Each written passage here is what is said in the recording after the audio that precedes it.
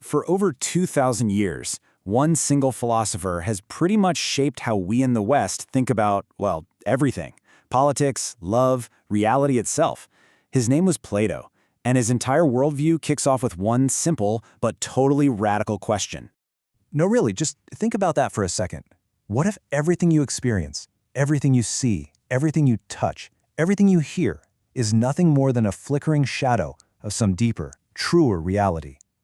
That's the mind-bending journey Plato invites us on, and trust me, it's one that will challenge everything you think you know. Now, Plato wasn't just some lone genius. He was the crucial middle link in the most famous philosophical chain reaction in history. He was the student of the legendary Socrates, and he then became the teacher of the equally brilliant Aristotle. This lineup, Socrates teaching Plato, who taught Aristotle, they literally built the foundation of Western thought. And that relationship with Socrates, it is the absolute key to everything. You really can't understand Plato without first understanding the man who was his mentor. Socrates wasn't just a teacher, he was the spark that lit Plato's entire philosophical fire. So Plato was born into a pretty well-off family in Athens way back in 427 BCE. But his life's path was completely changed the day he met Socrates. He became his most devoted follower, just soaking up his ideas and his methods. But then, the single most traumatic event of Plato's life happened. In 399 BCE, the city of Athens, his own city, convicted and executed his mentor. This left Plato so disgusted with politics that he actually left Athens, only coming back years later to start his own school, the legendary Academy.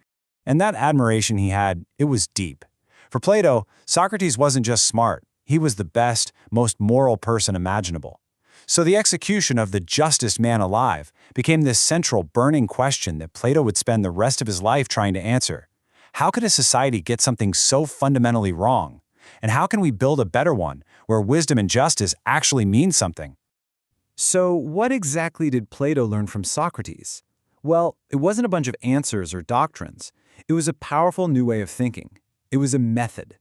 It's called the Elenkos, which we know as the Socratic method. See, Socrates famously claimed that he knew nothing. So instead of giving lectures, he would just ask questions, really probing questions. His whole goal was to get people to examine their own beliefs, to force them to see the contradictions and the holes in their own logic. It's like peeling back the layers of an onion to get closer and closer to the truth. And through this method, Plato recorded these core ethical beliefs from his teacher. First, the idea that you should never, ever retaliate, because harming someone else ultimately just harms your own soul. Second, that it is way worse to do something unjust than to have it done to you. And finally, and this one's huge, the belief that nobody does wrong on purpose. All bad actions come from a deep ignorance about what is actually good. But here's the thing. Plato didn't just write down what Socrates said. He built on it. He started developing his own massive philosophical system. And he kept writing dialogues, but now he started using the voice of Socrates to explain his own much bigger theories. And you can totally see this shift in his writing. In his early work, the character Socrates is that relentless questioner who says he knows nothing, which is probably pretty close to the real guy.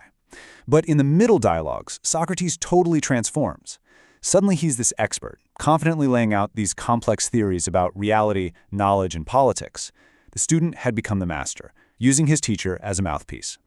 One of Plato's first big ideas of his own was his theory of the soul. Where Socrates basically said ignorance was the root of all evil, Plato saw something more complex, an inner battle. He said the soul has three parts: the rational part, which is our reason that seeks truth. Then there's the spirited part, our emotions, our sense of honor and anger. And finally, the appetitive part, our raw physical desires for things like food, drink, and sex. For Plato, a good and just person is someone whose reason is in the driver's seat, steering the other two parts. Okay, this brings us to the absolute heart of it all. The main event, Plato's most famous, most influential, and wildest idea, the theory of forms. This is his grand answer to that question we started with. And here it is, stated as plainly as possible. The world we see and touch and feel, it's constantly changing. It's imperfect. It's temporary.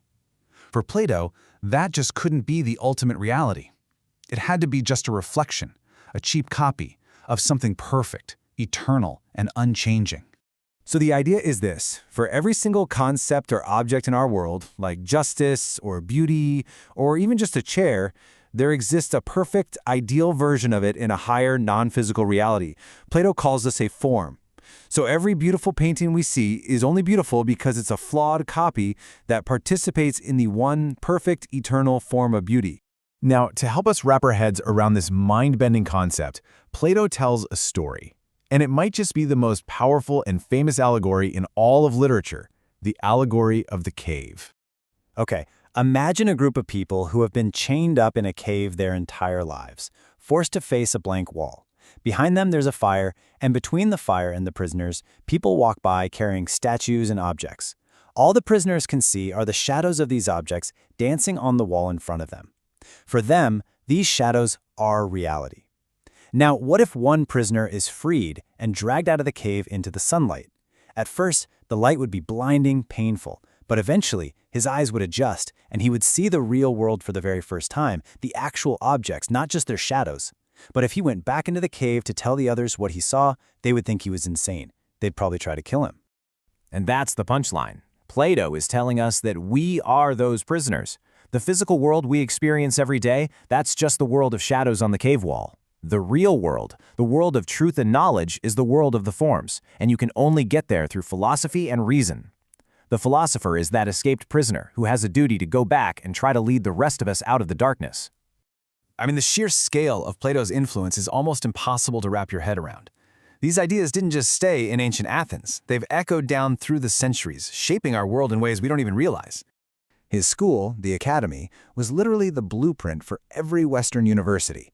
He gave us the idea of Platonic love, which isn't about the friend zone, by the way. It's about a love that moves past the physical to appreciate the pure form of beauty itself. Even popular legends like the lost city of Atlantis, that story starts with Plato. And his political ideal of the philosopher king, a ruler who governs by pure reason, is something we've been arguing about for millennia. The 20th century philosopher Alfred North Whitehead put it best. He said that all of European philosophy is basically just a series of footnotes to Plato. And he's not wrong. Pretty much every major question in philosophy about ethics, reality, politics, knowledge was first asked by Plato. For 2,400 years, we've just been living in the house that he built. And so that brings us right back to where we started. Plato's challenge to us is timeless. He forces us to look around and ask, what are the shadows on the walls of our own caves today? Is it the endless scroll on our phones, the talking points we hear on repeat from the news, the cultural assumptions we just accept without question? Plato's true legacy isn't about giving us easy answers. It's about demanding that we find the courage to turn around, face the bright, painful light, and never ever stop asking questions.